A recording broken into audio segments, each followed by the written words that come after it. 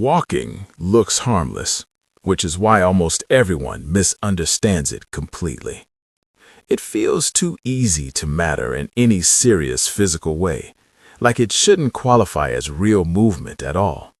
That assumption quietly costs more than people usually realize, because something important starts before effort ever becomes visible.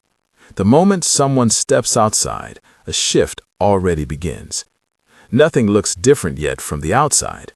That's exactly why most people miss it entirely. There's no heavy breathing to signal exercise has started. No sweat appears to prove effort is happening. No discomfort shows up to demand attention. Everything feels unchanged at first. That's where the trap sits. The body reacts before the mind decides it matters. A quiet system switches on beneath awareness. No alarms go off anywhere, no warning signs appear at all, which is exactly why this works so well. The heart is the first to notice movement, not by racing or speeding up, not by stressing the system, just by adjusting its rhythm slightly, enough to send a clear internal message. Movement has started. That message changes priorities inside the body.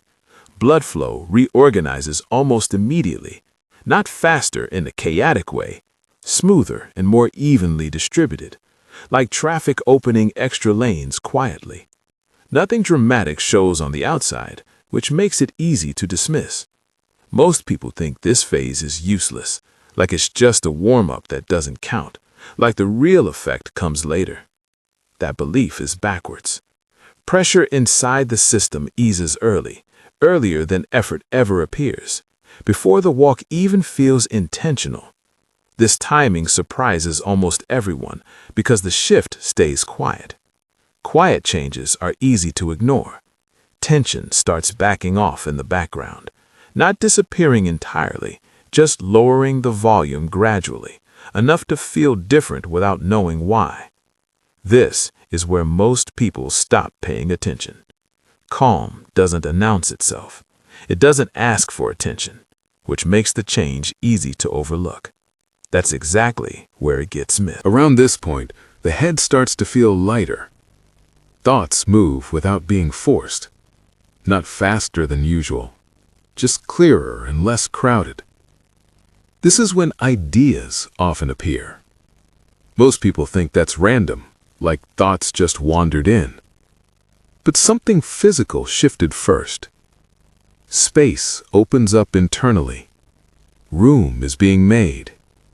More blood reaches the front of the brain, the part that handles choices, the part that plans ahead, the part that decides what matters. It shows up before effort does. Nothing new is built yet. Nothing permanent starts here. But the environment changes first. And timing matters, more than people usually think. Fog doesn't vanish instantly. It thins gradually. Enough to notice. Enough to trust. This feeling is usually familiar. Meanwhile, fuel starts getting used differently. Not urgently or aggressively, not all at once. Just steadily, quietly. Sugar floating in the system gets pulled in. Moving muscles take it first, before storage even considers acting. This part is easy to miss, because nothing looks different yet. Most people assume storage is instant, like the body grabs everything immediately. But storage needs repetition. It needs a pattern, not a single walk.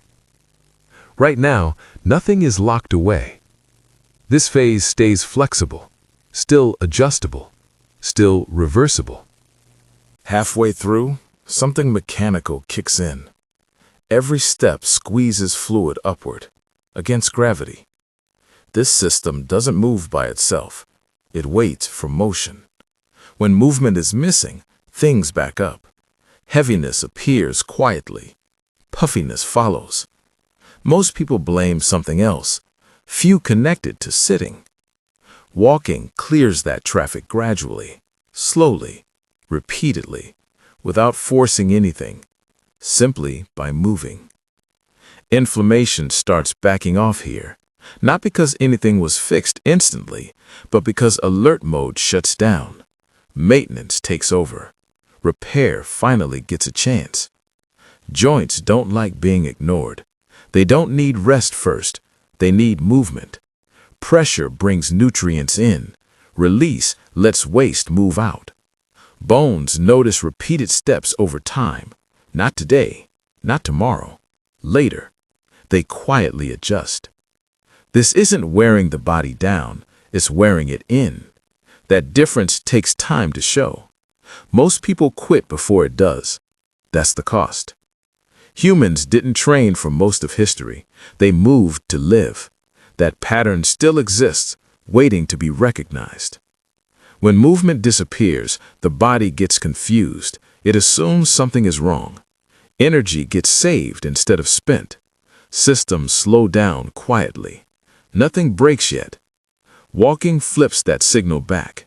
Not forcefully, clearly. I'm fine. I'm moving. That message changes everything.